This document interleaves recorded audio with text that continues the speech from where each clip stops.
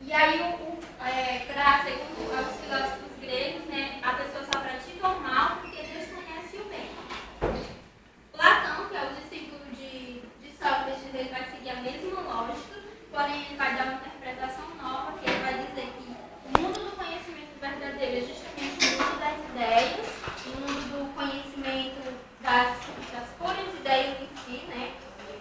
Ele vai dizer que os sentidos não nos atestam nada, né, sobre a verdade, e o homem só é livre à medida em que vai se libertando, certo, das ilusões deste mundo. Somente quem atinge o conhecimento certo das ideias é aquele que está mais apto a praticar a justiça e a praticar a vida virtuosa também. E aí ele vai seguir a mesma linha também de pensamento. E quanto mais sábio, certo, mais livre o homem será e mais próximo da verdade ele está. E aí quando chega no período helenístico, né, com as conquistas de Alexandre Magno, que a polis é derrubada, surge um novo cenário político-intelectual, que é justamente o período da era helenística, na qual os cidadãos eles não são mais livres, eles não têm mais o poder de participar das decisões políticas, eles passam a ser simples súditos, né? As decisões são tomadas sem a sua participação. E aí a liberdade vai estar ligada justamente ao indivíduo e não mais à polis, como era no período clássico. E o estoicismo, o epicurismo e o ceticismo foram justamente correntes filosóficas que ensinaram as pessoas a melhor maneira de viver, né? Buscando tornar as pessoas felizes, né? Cultivando os valores morais. E aí o estoicismo, certo? Ele vai justamente convocar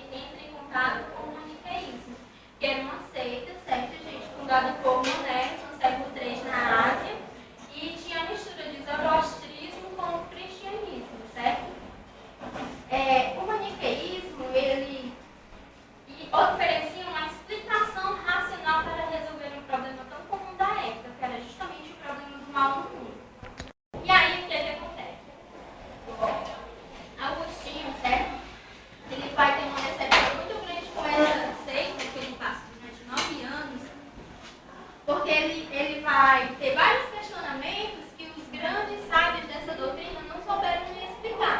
E aí ele acaba afastando do maniqueísmo, e é a época também que ele vai justamente para Milão, porque ele passa num concurso público, e aí vai ser retórico em Milão. E lá em Milão, certo, nessa época era justamente a capital do Império Romano.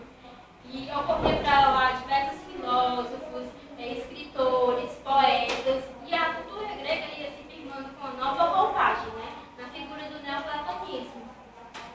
E aí, Agostinho também é levado nessa mesma época a escutar os sermões do bispo Ambrósio, que era um bispo muito afamado na época, lá em Milão, certo? E aí ele vai a princípio não para escutar os sermões de Ambrósio, mas apenas para ver se fazia juízo à fama dele. E aí é que ele começa a perceber realidades antes que ele não percebia. Tipo a questão da Bíblia, né? Que a Bíblia utiliza-se de muitos artifícios alegóricos em sua composição, não podemos interpretá-las ao pé da letra. Ele também percebeu realidades imateriais que antes ele não percebia, porque o maniqueísmo não deixava luz para isso. E aí, a partir daí também é o momento em que ele entra em contato com o neoplatonismo, que era justamente a filosofia que estava reinante na época. E aí a gente sabe que o neoplatonismo tem a figura de Plotino, que vai ser justamente o maior expoente do neoplatonismo. Agostinho tem contato com esses textos do neoplatonismo, e aí vai justamente ler, né, o pensamento de Plotino. Plotino, certo, gente, ele vai reformular, certo, refundamentar a metafísica platônica. E aí ele cria a doutrina das três hipóstases. Ou seja, primeiro existe o nous, que ele chamou de primeira hipóstase, que é justamente o princípio ordenador, é o ser supremo, o ser absoluto, certo? O ser em plena liberdade, que gera a partir de si, esse transbordar, ele gera a partir de si primeiro existe o uno, desculpa. Primeiro vem o uno, depois vem o nous, que é justamente a segunda hipóstase. Ele é menor do que o uno, porque o uno é maior do que o nous. E aí vem o quê? O seguinte. Esse nous, ele é a explicação de todas as coisas que existem no campo ideal, no campo inteligível. E aí, posteriormente, ele também, ao contemplar o uno, ele tem uma atividade geradora, criando assim a alma. A alma, ela vai ser justamente uma criação do nous, que precisa contemplar o nous, certo? E, por consequente, o nous contemplando o uno. E aí, o que acontece? Essa alma, ela é dividida em três tipos.